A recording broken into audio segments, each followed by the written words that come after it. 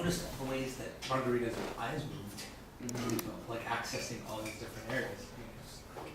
It was always up into that way, Right? but to my left. So up and to the left. My right, your left? That's her future. Your future. Her future, yes. She's Okay. looking up to making things happen and how it would be better. Yeah. So each question she looked up and to the left, and then up and to the right in the first question, and then to the right, and then she'd look straight, and then to the right. And the second question, what would happen if you didn't? She looked to the left, up and to the left, and then rolled her eyes around, and up and to the left, and then looked straight ahead.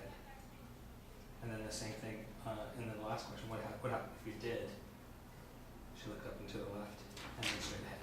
It was Okay. very clear that didn't move as much. So while that's interesting, that's also not in a very good recording. It's not a very useful answer. When somebody was observant, did they begin to notice any differences? Which two questions are more similar? And which one was the one that like you got a completely different physiology to?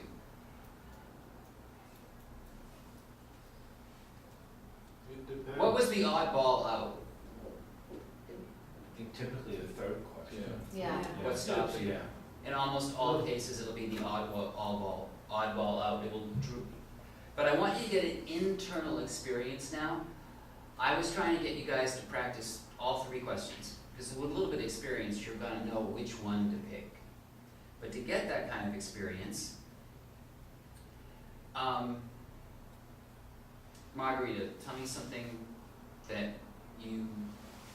something real that you can't or want to or hope to or need to but aren't doing just yet. I need to listen, I need to really back up my computer and organize it. Okay. It's not that gigantic, it's perfect for this. So you really need to back up your computer. I'm going to ask you a question. Tell me what happens when you go inside to answer it. What stops you? Don't answer the back question. Just tell me what happens. What happens in the pictures? What happens in your breathing? I stopped breathing, and my hand just automatically went like that in terms Okay. of my movement. Sort of like, that's kind of like give up. And what's the representations in your head? You know, do you make the picture of the computer really tiny and push it away so you don't have to look at it? I don't know what. I just see myself going on to different screens and like totally ignoring the fact that I need to back my computer up. Okay, so now. It's a distraction, in other words. Okay, so say it again so I can repeat it back, but I'm going to do a different question. Okay, I need to back up my computer and organize my files. Okay, so you need to back up your computer and organize your files. What would happen if you did? I wouldn't lose all my information that I did before in my past computer, and it would be easier for me to access things if. Okay, without actually giving me the Sorry. answer, what's different inside because of that question? It feels lighter. Lighter. Mm-hmm. Yes, definitely. Now, everybody's going to have different answer what's different. And now the third one, so I'll just say it again. So you just said you need to back up your computer and organize your files. What would happen if you didn't? I would have to have it, whatever the term is, checked up again because it was moving very slow and about to crash, and I could lose all my information again, you know, so that's it. Okay, so when you actually do this, I want the person to not answer out loud, feel the answer and notice what's different inside their actual experience inside. Because these questions, one simple way is they direct the mind in different ways. And in this case, direct actually means a direction, like east and west and north and south, because past, and the future are also directions. The way our brain codes past and future are as directions.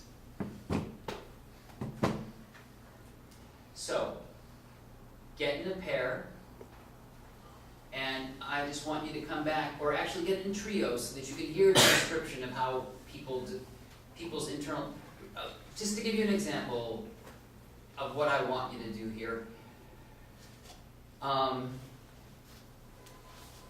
We'll go for a really classic example.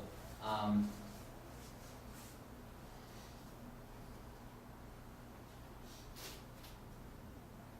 trying to not use one that we've already used, but we'll just use one that we've already used. Everybody close your eyes for a second. Going back to the normalization pattern. Everybody just whisper, I'm having trouble with my relationship. So you're having trouble with your relationship. That's the classic thing that a normal therapist would do. They nod their head and they go, and that's going to create a certain thing, which is not bad. Whisper it again.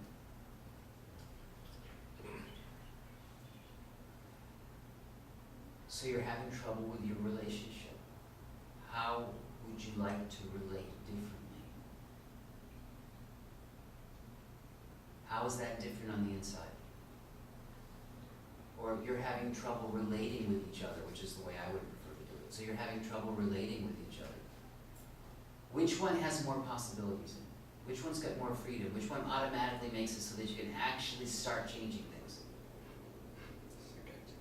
The relating, turning it back into a verb. I want you to do the same thing with what happens.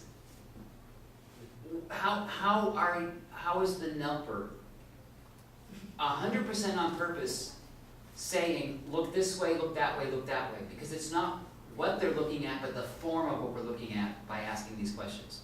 When you say, what stops you? What are you? Actually, I'm not going to go and give you any more of the answer. Go do it 5 or 6 minutes, groups of 3. What happens inside? What happens inside? What happens inside? What happens inside is more important for you to describe than to actually give us the answer to the question. Okay? Go for it.